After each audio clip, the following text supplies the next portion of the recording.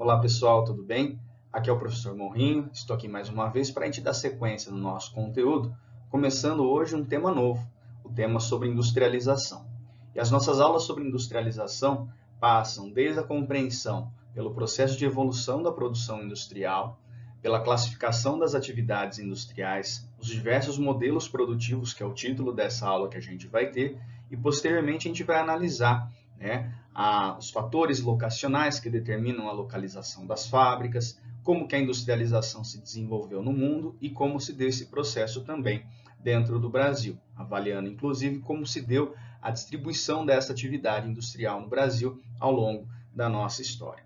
Para essa aula específica que a gente vai trabalhar, a aula 11, a aula 12 dessa apostila 1, que a gente está chegando na reta final, nessa frente 2, a gente vai trabalhar 3 partes específicas. A gente primeiramente trabalha a evolução dessa atividade industrial, com a primeira, segunda e terceira revoluções industriais e uma pincelada sobre a quarta revolução industrial.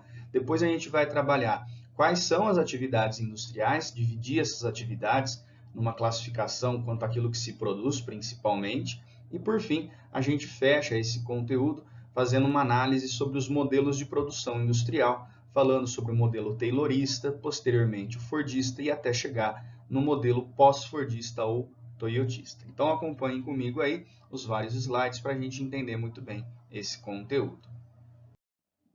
Para que a gente possa entender o que é a produção industrial, a gente vai ter que fazer um pouco do uso da história e voltar ao que nós chamamos de primeira revolução industrial ou primeira fase da revolução industrial.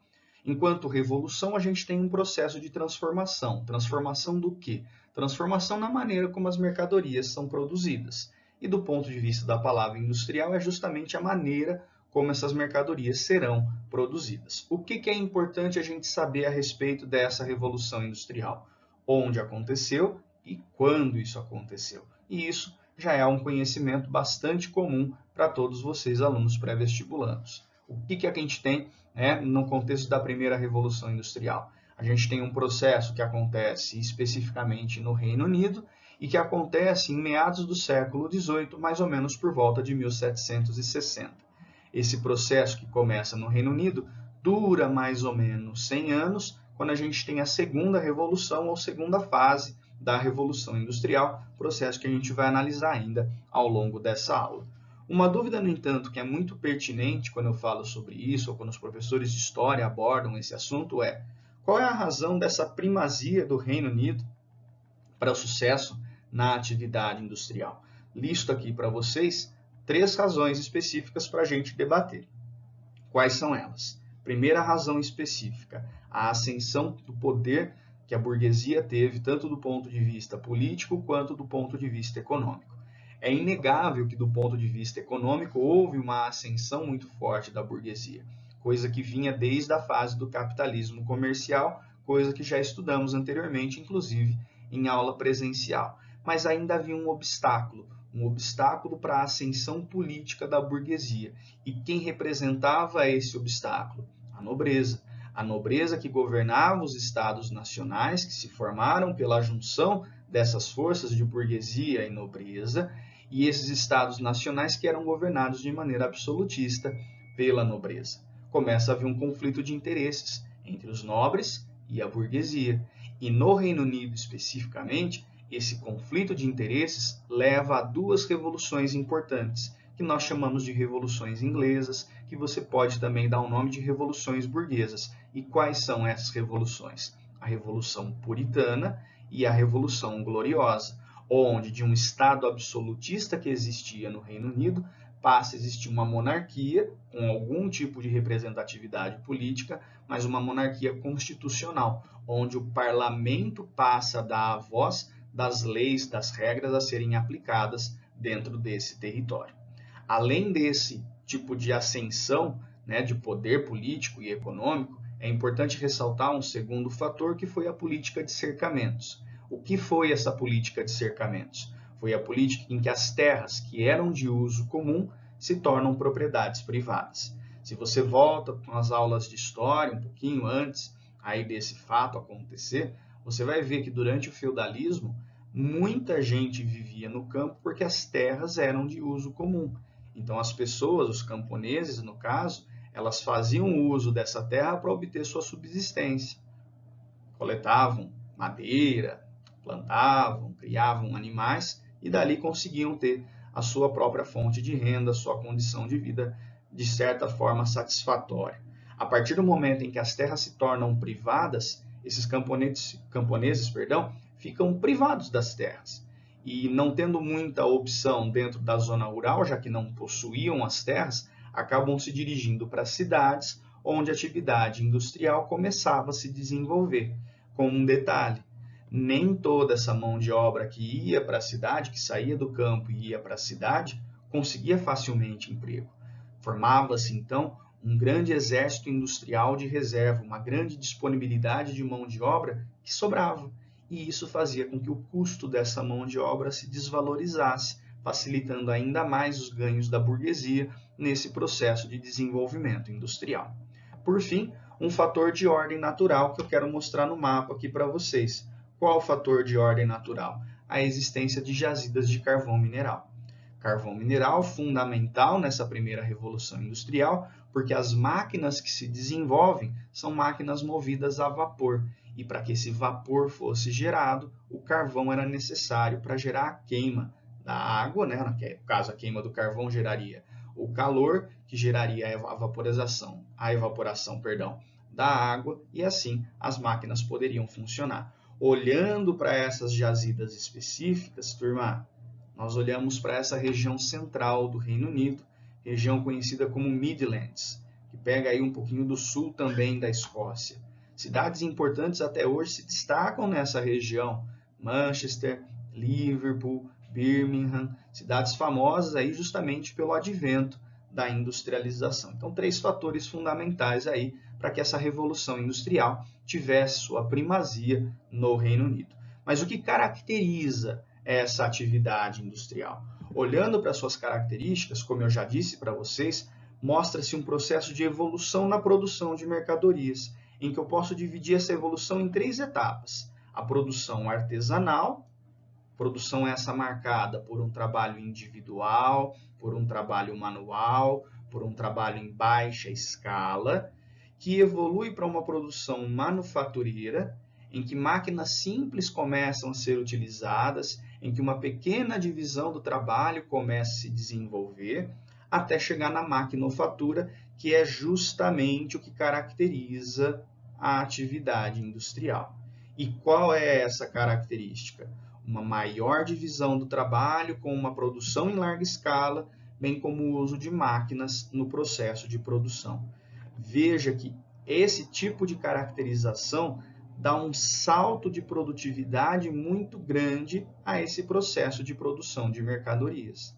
Quando eu tenho um trabalho individualizado e passo a ter um trabalho realizado coletivamente, quando eu tenho um trabalho que é manual, que passa a ser realizado em máquinas, quando eu tenho um trabalho que produz em pequena escala e que vira um trabalho em larga escala, eu tenho uma transformação muito significativa nessa produção de mercadorias. Por isso que eu chamo esse processo de revolução, porque de fato há uma transformação muito grande nessa produção de mercadorias. Olhando para essa divisão do trabalho, a gente não tem apenas uma divisão do trabalho entre várias pessoas, mas a gente também tem uma certa especialização do trabalho. Então, aquela pessoa que no trabalho artesanal, que na manufatura, muitas vezes tinha um conhecimento sobre várias etapas do processo produtivo, a partir desse momento ela passa a conhecer apenas parte desse processo produtivo.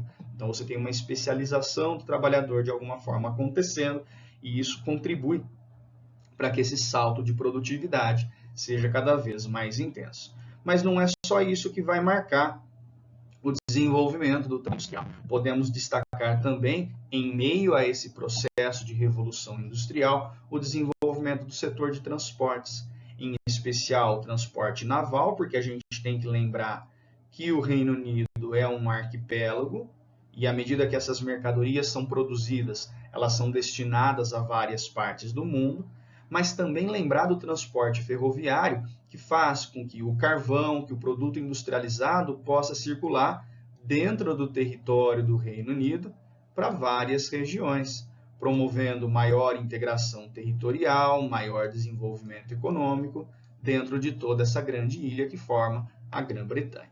Beleza? Com relação à atividade industrial em si, o que a gente pode destacar de atividades industriais? Acho que o grande destaque quando a gente fala da Revolução Industrial é para a indústria têxtil.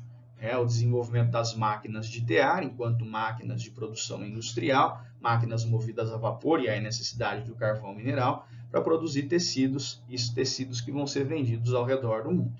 Mas para que essa produção têxtil se torne possível, eu preciso montar as máquinas. E se essas máquinas são produzidas também de maneira industrial. Então, por isso que eu destaco também a indústria mecânica, é a indústria que produz máquinas. Para que as máquinas pudessem ser produzidas, grandes chapas metálicas precisavam ser produzidas. E aí é onde eu destaco a indústria metalúrgica, que é justamente quem vai trabalhar essa produção de metais. Mas para que essa indústria metalúrgica se desenvolva, é preciso que eu extraia esses metais. Não só os metais, como também o carvão mineral, que vai ser usado como principal fonte de energia. E aí eu também destaco a indústria mineradora. Então veja que há um sequenciamento. A indústria mineradora que extrai metais que vão virar chapas metálicas, que vão virar máquinas de tear, que vão virar tecidos, e aí você tem uma cadeia produtiva bem desenvolvida nesse cenário de início de industrialização do Reino Unido. Pensando em consequências dessa revolução industrial. Primeira consequência que eu acho importante é uma mudança na sociedade. É uma sociedade que sai do campo e vai para a cidade, e na cidade passa a se estratificar de uma maneira distinta. Duas classes sociais, duas classes distintas e ao mesmo tempo antagônicas. Quais são essas classes? Primeira delas, a burguesia. Que classe é a burguesia? É a classe dos capitalistas, é a classe dos que possuem o capital, é a classe dos que possuem os meios de produção. E qual é a outra classe? É a classe trabalhadora, é o proletariado, que vende a sua força de trabalho em troca da sua subsistência. E o que é a subsistência do trabalhador? É o seu salário. E por que são classes antagônicas? Porque elas têm interesses que são conflitantes. Qual é o interesse da burguesia? Reproduzir capital.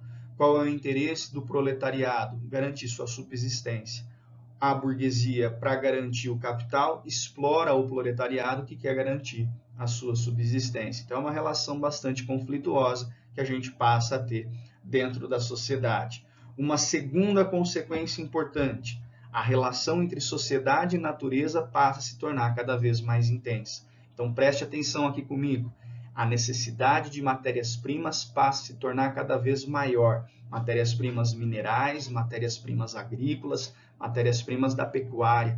À medida que eu tenho maior demanda de matéria-prima, eu tenho maior transformação da natureza.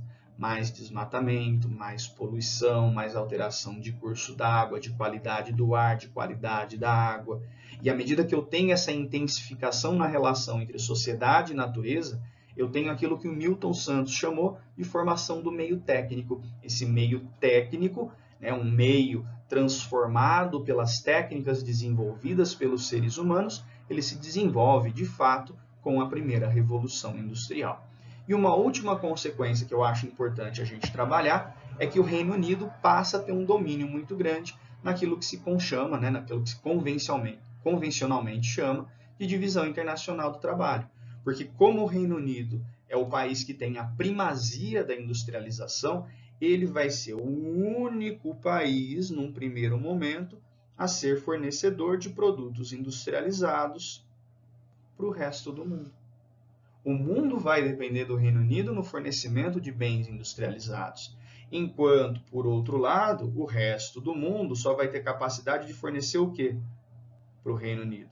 Basicamente, matéria-prima. E quando eu comparo o valor agregado dessas mercadorias, é óbvio que a matéria-prima vale menos enquanto valor agregado do que o produto industrializado. Então, nessa discrepância que começa a surgir na divisão internacional do trabalho, essa primazia do Reino Unido leva o Reino Unido a ter um poder econômico cada vez mais significativo, um poder político cada vez mais significativo. Vale lembrar que o Reino Unido era conhecido como um império onde o sol nunca se punha, porque onde você passava no nosso planeta, havia alguma área de dominação direta ou indireta por parte dos britânicos. Beleza? Então, essa foi a primeira revolução industrial. Vamos trabalhar com as outras atividades, com as outras revoluções industriais, trabalhando agora com a segunda fase. A segunda fase da Revolução Industrial, ela começa praticamente 100 anos depois da primeira, na segunda metade do século XIX, mais ou menos a partir de 1860. Não há uma data correta, porque é um processo evolutivo, por isso que eu gosto de chamar de segunda fase, não apenas de segunda Revolução Industrial. Onde isso vai acontecer?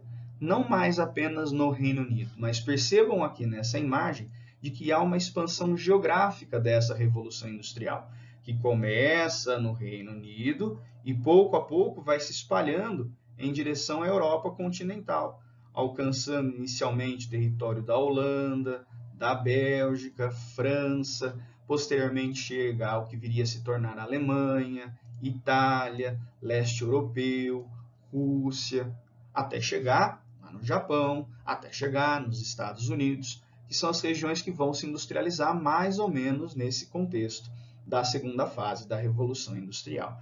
E o que marca essa segunda fase da Revolução Industrial? Inovação. Inovação técnica, inovação na maneira de gerar energia, inovação nos transportes, quer dizer, é uma evolução do que aconteceu na primeira fase. Então aqui eu não tenho mais máquinas movidas a vapor, e sim máquinas movidas a eletricidade. Essa é uma baita de uma inovação. E essas máquinas que são elétricas também têm a possibilidade de serem movidas a combustão, o que faz mudar a principal fonte de energia, que era o carvão mineral no contexto da primeira fase, que passa a ser agora o petróleo. E veja como ainda hoje o petróleo tem grande importância na produção industrial e na geração de energia ao redor do mundo. Quantos conflitos não acontecem ao redor do mundo justamente por conta de jazidas petrolíferas. Outro aspecto que é interessante é o desenvolvimento de uma nova modalidade de transporte, que é o transporte rodoviário, em que você tem uma transformação significativa no espaço por conta dessa modalidade de transporte. A adaptação das cidades em relação a essa modalidade de transporte. A maior mobilidade das pessoas, a maior mobilidade das mercadorias em função dessa nova modalidade de transportes. Outra coisa que é importante a gente lembrar, a partir do momento que a indústria começa a se desenvolver, a maneira como a produção industrial acontece também sofre um desenvolvimento. Quer dizer, eu passo a estudar especificamente como deve ser feita a produção industrial. Eu passo a ter uma administração mais científica da produção industrial, que é o que muita gente que faz administração, economia, engenharia de produção passa a estudar. O primeiro sistema de produção, o primeiro modelo de produção industrial surge nesse contexto da segunda revolução industrial, bem no comecinho do século XX, que é um modelo taylorista que acaba evoluindo para o modelo fordista. Não precisa se preocupar agora com isso, porque ainda no decorrer dessa aula a gente vai estudar esses dois modelos de produção. No que diz respeito aos setores industriais que se desenvolvem, podemos destacar três importantes setores. O da siderurgia, que é o setor responsável pela produção de aço especificamente, o aço que é uma matéria-prima para vários segmentos da indústria, a indústria química, principalmente na transformação de petróleo em seus derivados, que são muitos derivados, são muitos produtos que são feitos a partir do petróleo, e logicamente a indústria automobilística com o desenvolvimento aí do transporte rodoviário. Quando eu tenho esse tipo de desenvolvimento industrial, novas consequências aparecem. Essas consequências, de alguma forma, nós trabalhamos naquela aula sobre a evolução do capitalismo, mas é sempre importante a gente retomar esse conteúdo. Qual seria a primeira consequência? A primeira consequência seria a busca por essas potências industriais, ou que se tornam potências industriais, como é o caso dos Estados Unidos, do Japão, dos países da Europa Ocidental, de ter novas áreas de influência econômica, novas áreas de influência política, novas áreas de influência social. Começa uma onda de nova colonização, um neocolonialismo feito por esses países, uma dominação imperialista feita por essas potências. Lembrando que o imperialismo, como nós já estudamos, é uma política de expansão e de dominação territorial. não só dominação territorial, mas também de dominação política, cultural, econômica de uma nação, de uma potência sobre outras nações. Se eu olho, por exemplo, para os europeus vão realizar esse seu imperialismo junto ao continente africano. Vão dividir a África de acordo com as suas áreas de interesse na Conferência de Berlim, realizando a partilha desse continente. Não respeitaram em momento algum os interesses dos vários povos africanos. Simplesmente dividiram o continente de acordo com seus interesses econômicos. E lá impuseram sua cultura, lá impuseram sua forma de dominação política, lá impuseram sua forma de dominação econômica. Os americanos fazem o mesmo no continente americano, com a doutrina Monroe.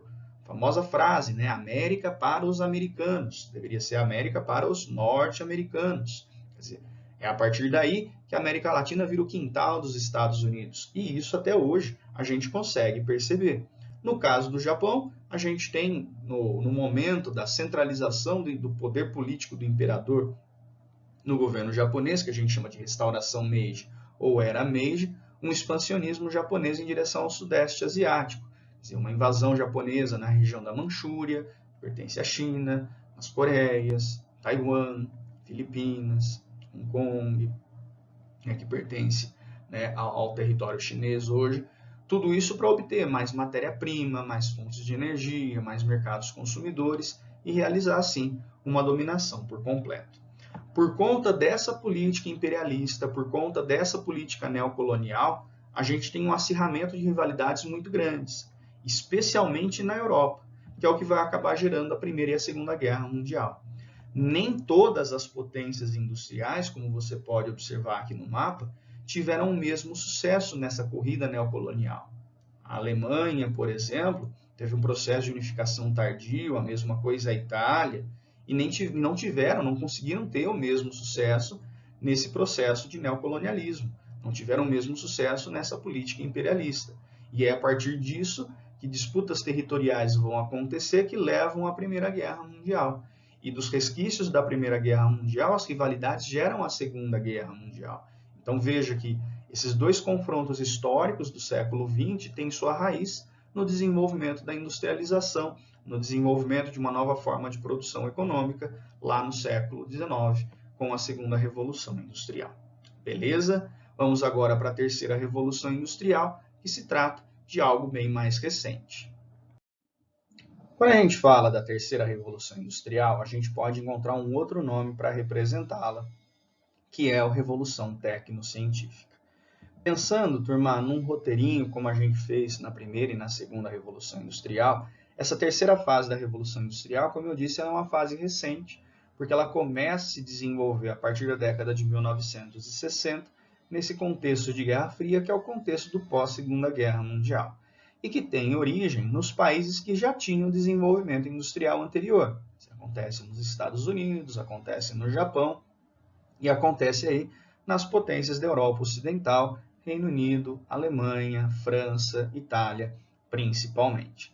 Posteriormente, essa fase da Revolução Industrial vai alcançar outras regiões do planeta. E quais são as características marcantes? Se eu tenho uma revolução denominada como tecnocientífica, significa que a produção industrial agora ela está embutida com grande conhecimento científico, com grande produção tecnológica. E o que é a tecnologia? Tecnologia nada mais é do que uma técnica desenvolvida com grande conhecimento científico. Então, essa aliança entre ciência, tecnologia e indústria é o que vai marcar esta fase. Uma segunda característica que decorre justamente dessa primeira é que nessa fase da Revolução Industrial, para que haja produção científica, para que haja produção tecnológica, a mão de obra ela precisa ser, de fato, qualificada. Então, a mão de obra que vai sair aí de boas universidades, de bons centros de pesquisa. E como reflexo desse desenvolvimento tecnológico, a gente vai perceber uma mudança na produção, em que boa parte dos trabalhadores não serão mais necessários porque vai haver uma automação muito grande, ou passa a acontecer uma automação muito grande nesse processo produtivo. Máquinas e robôs realizam tarefas repetitivas que até então os seres humanos realizavam. A parte boa é o aumento da produtividade, a parte ruim é o aumento do desemprego na atividade industrial. Outro tipo de característica que eu acho importante a gente ressaltar é que nessa fase da industrialização, a ciência também contribui para o desenvolvimento de novas fontes de energia. Por mais que petróleo e carvão mineral estejam aí entre as principais fontes de energia empregadas ao redor do mundo, o desenvolvimento científico possibilitou a geração de energia a partir da fissão nuclear, principalmente a partir do urânio enriquecido. O desenvolvimento tecnológico pôde desenvolver uma fonte de energia aproveitando a radiação do Sol, convertendo a radiação do Sol em energia elétrica, convertendo a velocidade dos ventos em energia elétrica. Fontes essas que hoje ainda não têm uma amplitude muito grande ao redor do mundo, mas que no futuro com certeza vão ter um espaço bem significativo na geração de energia elétrica ao redor do planeta. Beleza? Outro aspecto que chama a atenção é que a produção industrial também se desenvolve. Quer dizer, eu tenho uma reorganização da produção industrial com o advento do modelo pós-fordista ou toyotista no lugar do modelo fordista ou modelo taylorista.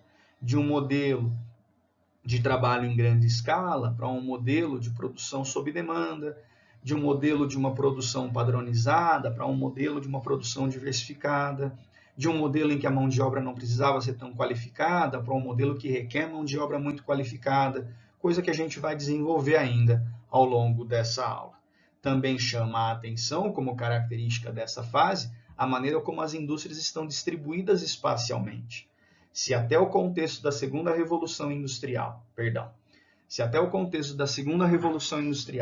havia uma concentração da atividade fabril em poucas localidades do mundo, a tendência hoje é justamente o contrário. É um espalhamento da atividade industrial, da atividade fabril ao redor do planeta.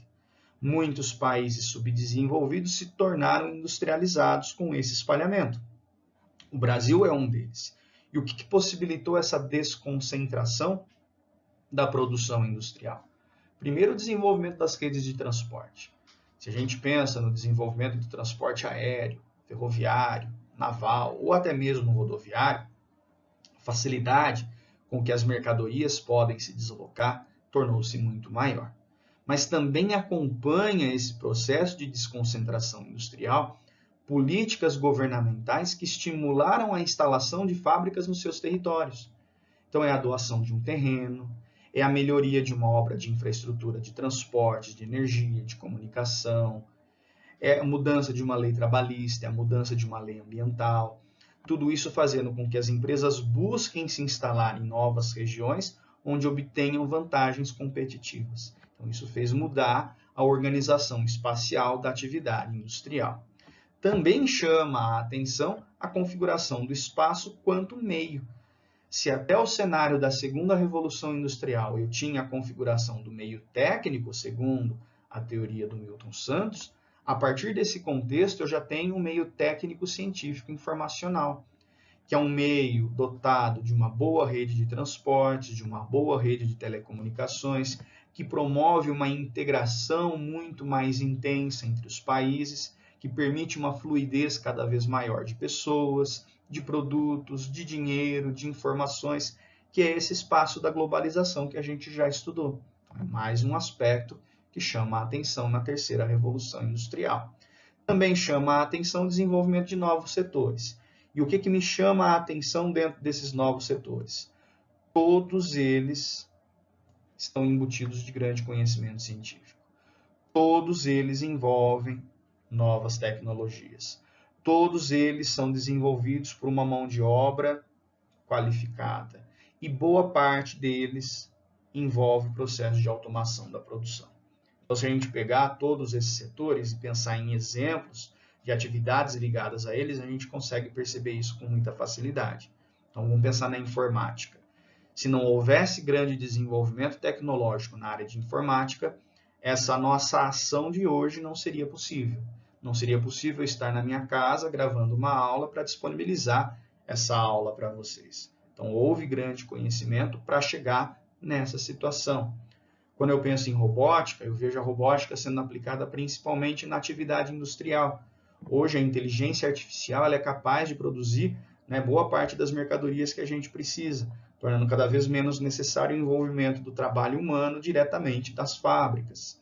Se eu olho para a eletrônica, a gente pensa no conforto que os aparelhos eletrônicos nos dão no dia a dia, seja no nosso telefone celular, no nosso computador, no aparelho de micro-ondas, na televisão, no aparelho de som, quer dizer, tudo isso em função do conhecimento científico.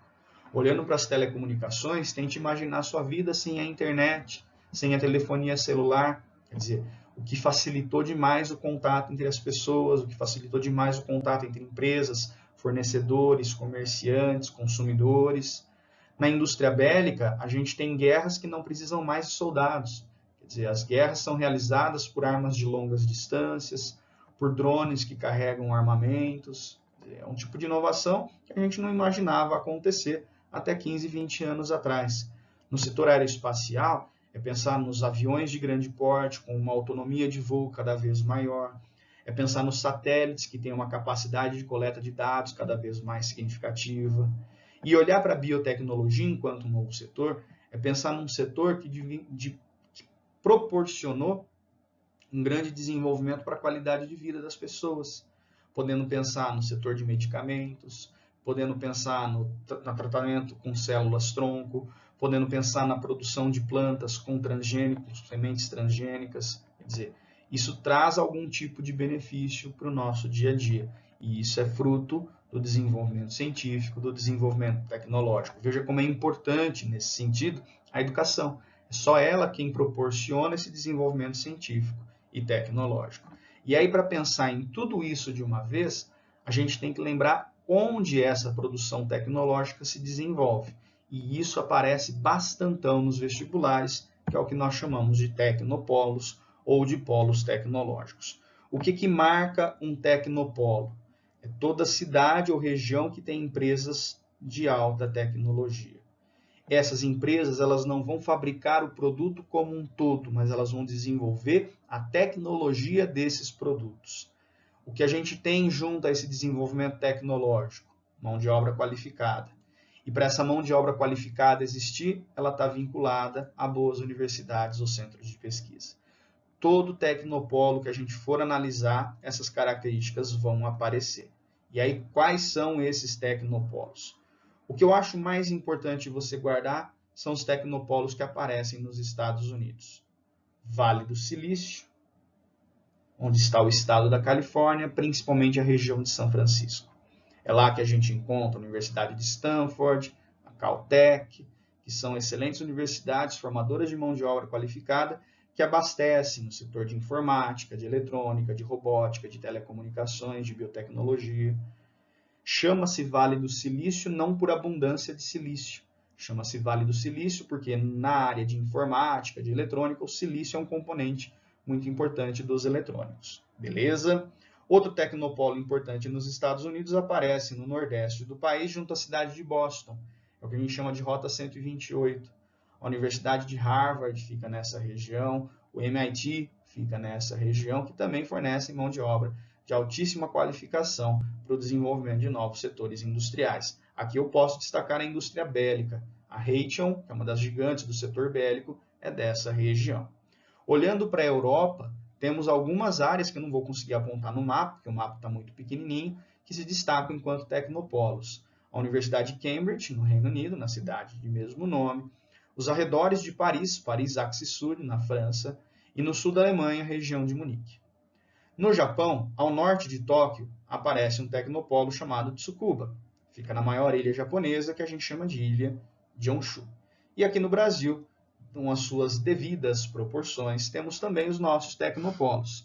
Todos eles situados no interior de São Paulo, não que não existam outros tecnopolos no Brasil, existem, tá? Mas os principais estão no interior de São Paulo. Pensando no resto do Brasil, a gente pode destacar Florianópolis e Recife como polos tecnológicos, Santa Rita do Sapucaí, em Minas Gerais, como polo tecnológico. Mas os principais são esses três que eu trago para vocês.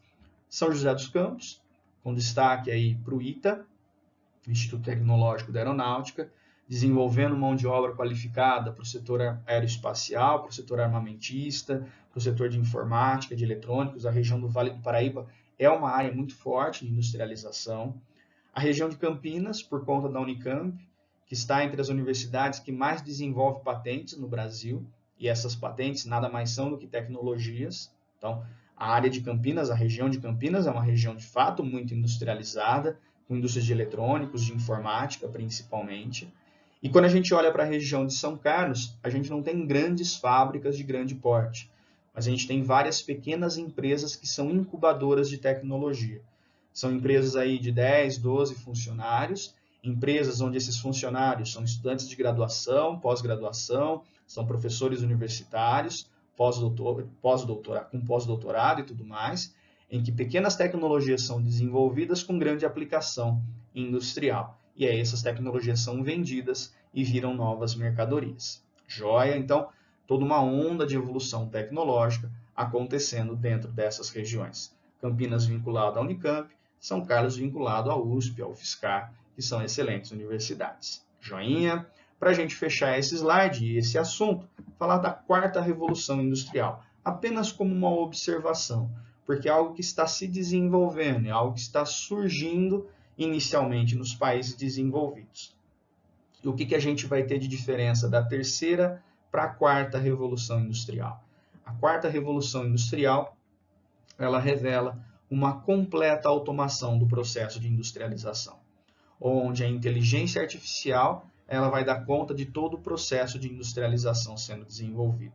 Então, sistemas operacionais são criados para que fábricas possam funcionar, em que haja controle de estoque, em que haja controle de insumos, em que haja um processo de averiguação da qualidade das mercadorias que são produzidas. Esse é o futuro da industrialização, que hoje está aparecendo ainda em pequena quantidade na Alemanha, no Reino Unido, na França, no Japão, nos Estados Unidos, e que aqui no Brasil vai demorar ainda bastante para aparecer. Mas acredito que aí que em 10, 20 anos mais ou menos, esse cenário comece a aparecer no Brasil e pouco a pouco comece a se consolidar ao redor do mundo. Tudo bem? Então, fechada essa parte de evolução na industrialização, vamos trabalhar agora com as outras duas partes. Falar da classificação das atividades industriais, bem como falar dos modelos de produção industrial. Para que a gente possa fazer a classificação das atividades industriais, a gente vai dividir de maneira bem simplificada a atividade industrial em dois grandes conjuntos. E o primeiro desses dois conjuntos a gente chama de indústria de bens de produção, dando também o nome de indústria pesada ou de indústria de base. Então vamos prestar bastante atenção nessa nomenclatura. Quando eu olho para esse termo, bens de produção, enquanto bem, eu estou falando de uma mercadoria. E uma mercadoria que vai ser voltada não para o nosso consumo, mas para a produção de outras mercadorias. Justamente o que eu tenho aqui como descrição. A indústria de bens de produção produz bens que são utilizados em outras atividades industriais. Por que eu chamo então de indústria pesada ou indústria de base? Indústria de base porque ela dá base para que outras produções industriais possam acontecer. E eu dou o nome de indústria pesada, apesar de não gostar muito dessa nomenclatura, porque normalmente o volume dos equipamentos produzidos é um volume muito grande. Por isso, então, o termo pesada acaba aparecendo. Dentro desse conjunto de indústria de bens de produção, eu tenho três tipos de atividade industrial. O primeiro tipo eu chamo de indústria extrativa, o segundo tipo de indústria intermediária e o terceiro tipo, indústria de bens de capital. Então vamos olhar com atenção para a gente poder caracterizar cada um desses três tipos. Olhando para a indústria extrativa, o que o nome sugere? Que ela faça extração de alguma coisa. E de fato, a indústria extrativa é aquela que faz a extração de recursos da natureza que servem como matérias-primas. Mas, Morrinho, não tem atividade do extrativismo que também faz isso? Sim, a diferença entre o extrativismo e a indústria extrativa é na maneira como essa extração de recursos naturais acontece. Enquanto que no extrativismo esse processo é manual, individual, em baixa escala, na indústria extrativa, isso se dá em larga escala, com uma grande quantidade de trabalhadores, com a utilização de máquinas, com grande divisão do trabalho. Podemos citar como exemplo de uma indústria extrativa A Petrobras, a Vale, porque extraem recursos da natureza. A Petrobras extrai petróleo, a Vale extrai minérios como ferro, manganês, bauxita. E aí veja nos exemplos que eu cito esse tipo de empresa. A mineração, a indústria petrolífera. Posso pensar como indústria extrativista a indústria madeireira. Posso fazer a extração da madeira com o uso de máquinas, como tratores, que retiram grande volume de madeira de uma floresta, como posso fazer o extrativismo vegetal com a retirada da madeira com o meu trabalho individual. Veja que nos dois casos eu faço extração de matéria-prima, mas a maneira realmente é diferente. Como no caso também da indústria pesqueira, que é uma indústria extrativa. Quando eu uso navios de grande porte para fazer essa pesca, redes, equipamentos como radares para identificar cardumes, que é diferente de uma pesca artesanal, que seria um extrativismo animal, onde eu vou com uma varinha de pescar uma rede simples na beira de um rio, ou no curso de um rio. Beleza? Então, dá para a gente diferenciar muito bem. Além da indústria extrativa, temos outros dois tipos de indústria de base. O segundo tipo, chamamos de indústria intermediária. Intermediária porque está no meio do caminho. E, de fato, se você analisar com frieza, você vai perceber que essa indústria intermediária está no meio do caminho. Por que no meio do caminho? Porque ela vai pegar essa matéria-prima da natureza e vai transformar numa nova matéria-prima, só que agora industrializada. É aquele ferro que vai ser extraído pela atividade mineradora que vai se transformar em aço na siderurgia. O aço é uma matéria-prima, vai ser usado no setor de transportes, na produção de máquinas industriais e tudo mais. É aquela bauxita que vai ser extraída na mineração que vai virar alumínio na metalurgia.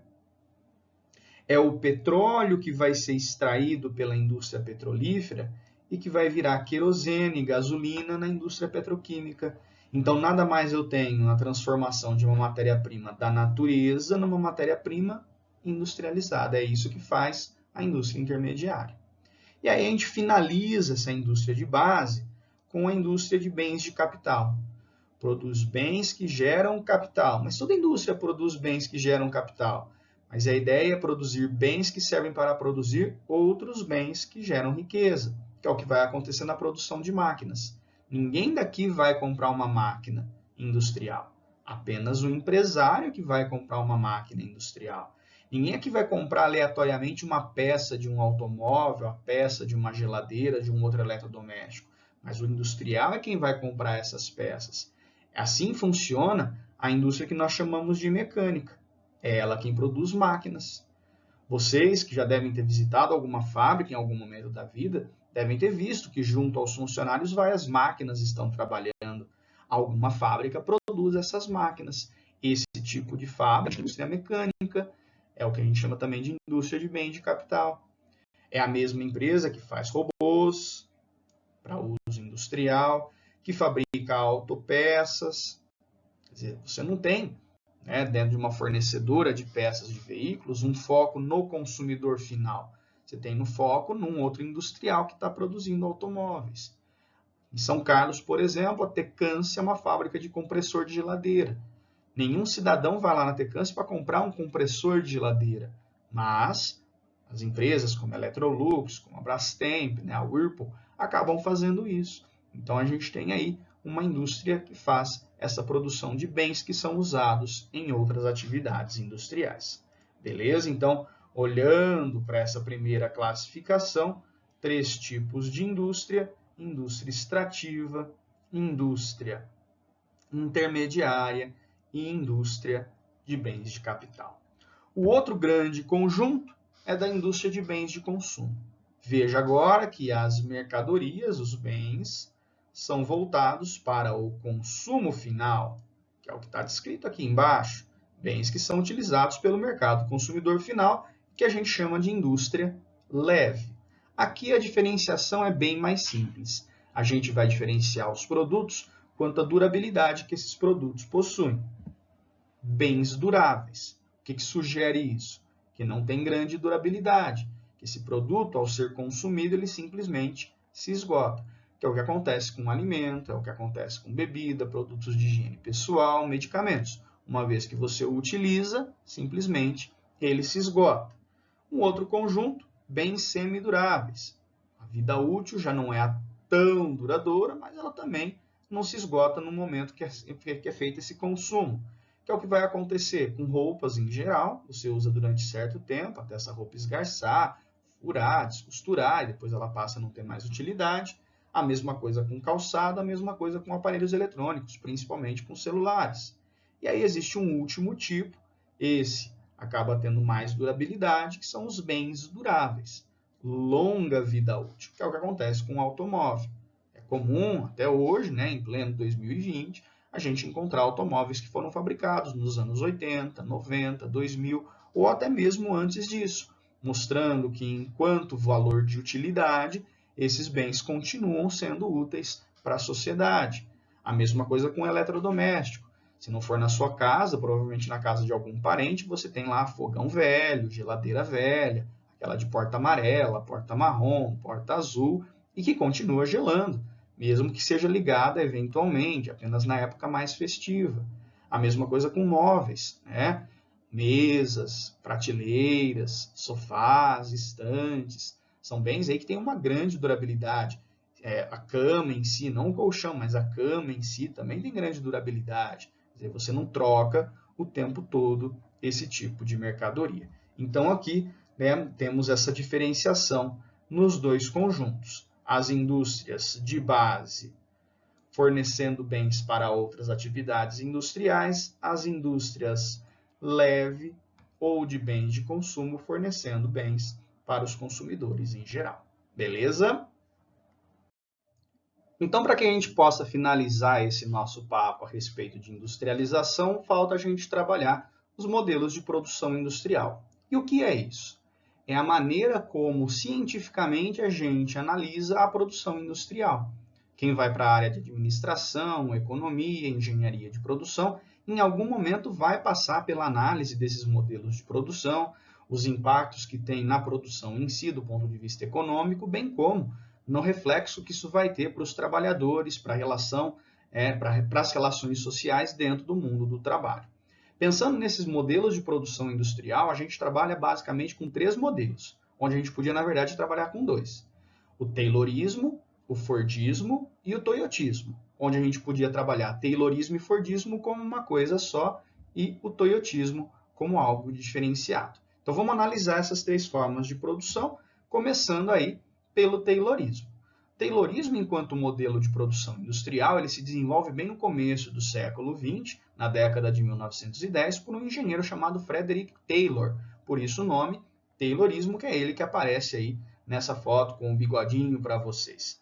Qual a ideia básica do Taylorismo? A ideia é promover uma racionalização dessa produção, tornar essa produção mais racional, a ponto de que a produtividade possa aumentar, a lucratividade possa aumentar e assim a empresa se tornar relativamente mais eficiente. Para isso, o que o Taylor coloca como característica fundamental é que o trabalhador dentro dessa fábrica ele precisa ser ultra especializado.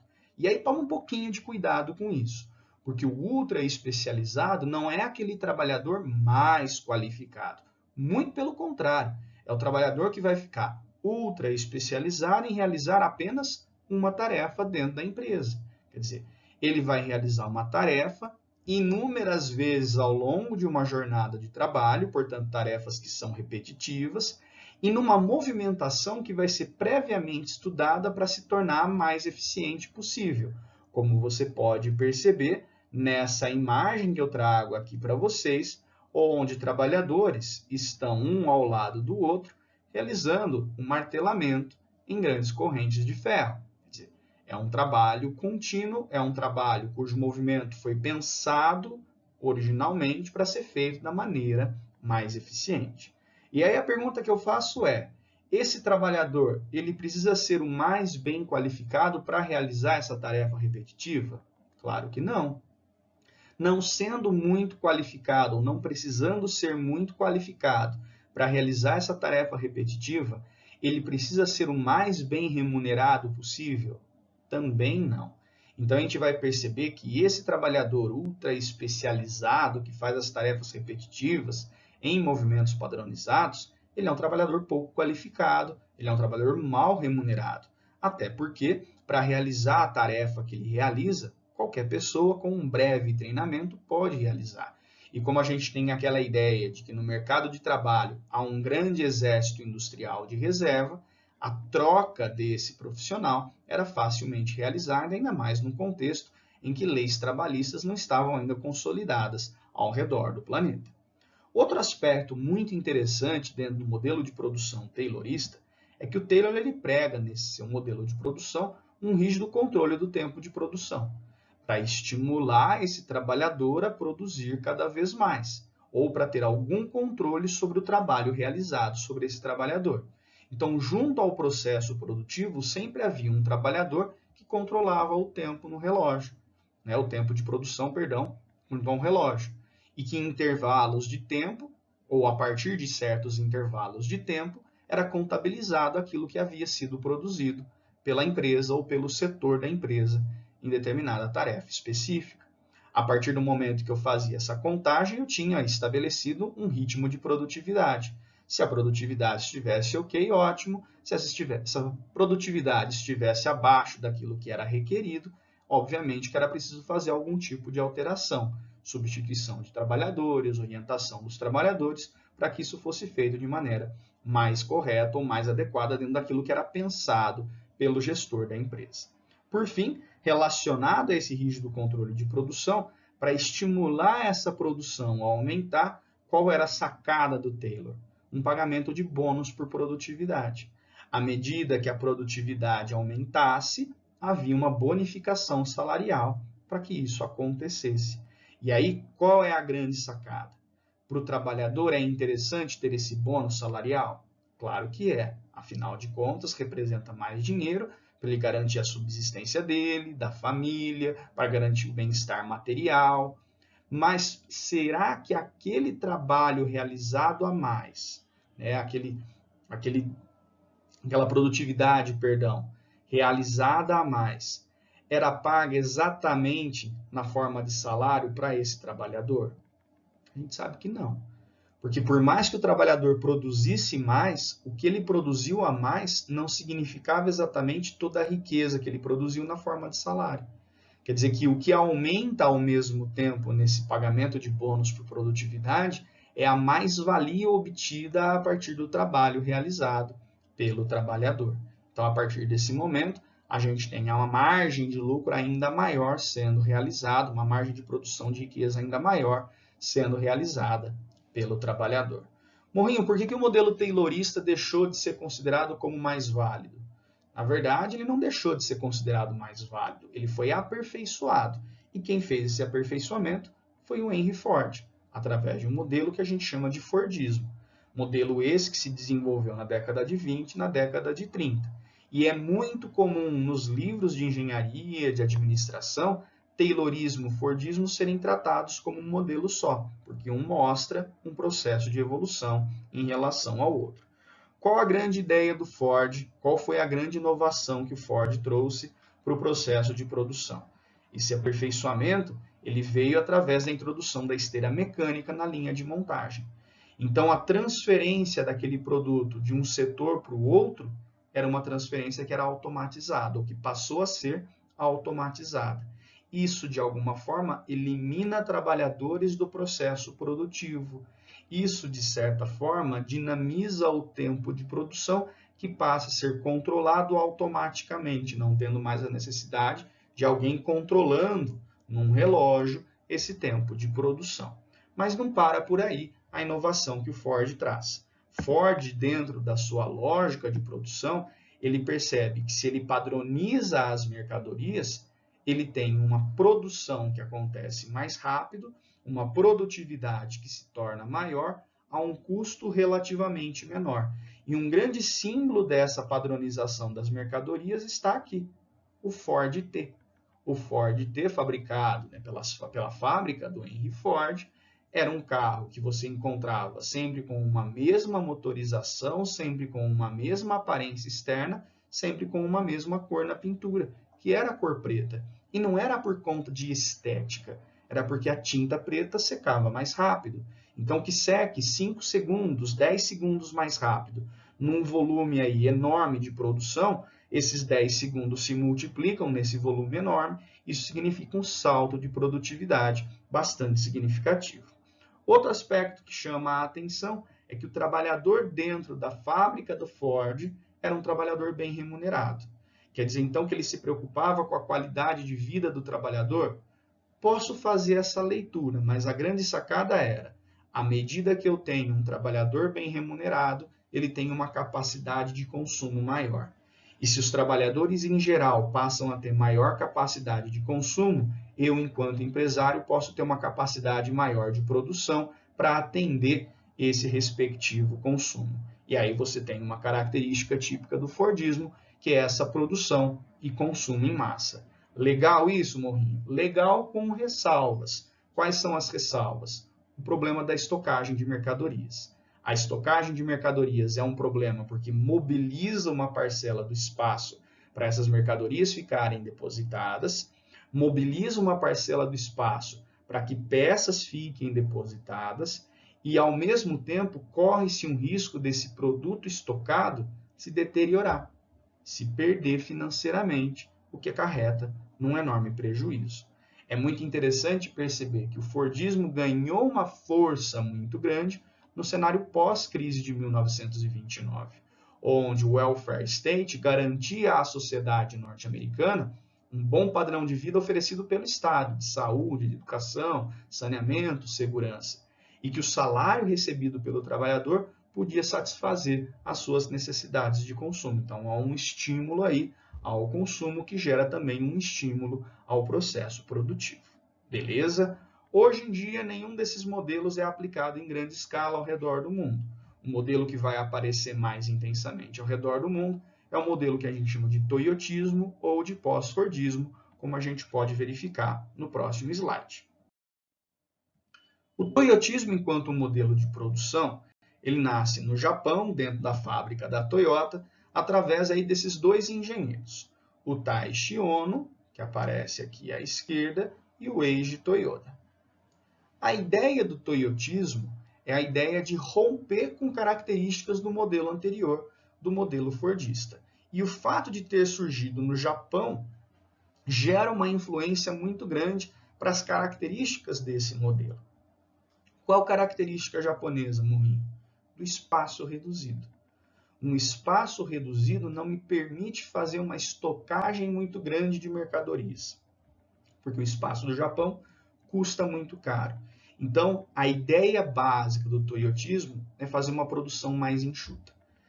Muitos colocam como sinônimo do toyotismo o termo pós-fordismo. Eu, particularmente, não gosto dessa nomenclatura, porque o termo pós-fordismo muitas vezes passa uma ideia de continuidade do Fordismo, quando na verdade não é isso que acontece. O que acontece é uma ruptura em relação ao modelo anterior. O que a gente tem de ruptura? Primeiro, quanto ao trabalhador empregado. Sai de cena aquele trabalhador pouco qualificado que realiza tarefas repetitivas. Entra no lugar dele um trabalhador mais qualificado que vai trabalhar em equipe. O trabalhador pouco qualificado, no caso do toyotismo, ele gradativamente vai sendo substituído por máquinas que vão realizar o trabalho do ponto de vista automatizado. Beleza? Outra característica que a gente tem de ruptura para reduzir os estoques, um tipo de produção que a gente chama de on-demand, sob demanda, ou just-in-time, justo no tempo. É a ideia de não formar estoques de peças, de não formar de estoques de produtos finais. É fazer o que nós chamamos de produção puxada. Olha aqui embaixo do slide. O que é a produção puxada? Eu tenho uma determinada produção de mercadorias. Para realizar essa produção de mercadorias, eu vou puxar do meu fornecedor a matéria-prima necessária. E ele vai me entregar essa matéria-prima. O meu cliente também tem uma certa quantidade de produtos que ele precisa consumir. Eu vou analisar isso através do marketing, eu vou analisar isso através da engenharia de produção. À medida que eu tenho certa demanda do consumidor, eu produzo exatamente no volume que esse consumidor precisa. A ideia é que não se formem estoques, sempre com um volume bem justinho de matérias-primas e de produção realizada. Beleza? Diferente do que acontecia no Fordismo, que era uma produção empurrada. O fornecedor mobiliza um grande volume de mercadoria que fica estocada na fábrica, eu produzo determinada quantidade de mercadorias que fica estocada até chegar esse volume de mercadorias para o meu cliente final. Quer dizer, isso aqui representa custo. Esse custo eu acabo eliminando nesse estilo de produção puxada. Outros aspectos que chamam a atenção: a garantia da obsolescência programada. Cada vez mais eu produzo mercadorias com prazo de validade. E qual é a ideia disso? Garantir que no futuro novas mercadorias possam ser compradas. Garantir que no futuro eu possa realizar inovação tecnológica para que novas mercadorias sejam compradas. O grande problema dessa obsolescência programada é o volume de lixo que isso acaba gerando ao longo do tempo. Outra prática muito comum é diversificar as mercadorias que são produzidas, para entender exatamente o gosto do consumidor. Pensa num carro hoje que você vai comprar. Você não compra de uma cor só, você não compra um modelo só, você não compra só com os mesmos acessórios. Quer dizer, você cria o carro à sua maneira. Isso mostra, né, uma faceta que a indústria tem ao não produzir estoques, de atender o público de acordo com o seu gosto muito específico. E, por fim, o processo de terceirização da produção. De novo, para diminuir estoque, mas para também diminuir encargo trabalhista. Ao invés de eu contratar um grande volume de pessoas, de centralizar essa produção toda em um espaço só, eu terceirizo essa produção. Então, quando a gente olha para as fábricas de automóveis, elas não são efetivamente fábricas, e sim montadoras. Porque uma empresa de automóvel, ela produz o quê? O projeto do veículo, o motor do veículo, e normalmente todas as peças vêm de fornecedores, cada um em uma parte do mundo. Você evita estocagem, você evita a grande concentração da produção em um local só, e você consegue aí diminuir os custos de produção realizando esse processo de terceirização. Maravilha? Galera, agradeço mais uma vez a atenção de vocês, essa aula bem extensa, né? Porque tinha bastante coisa para a gente conversar. Vamos fazendo exercício, treinando bastante. Até um próximo encontro. Valeuzão. Tchau, tchau.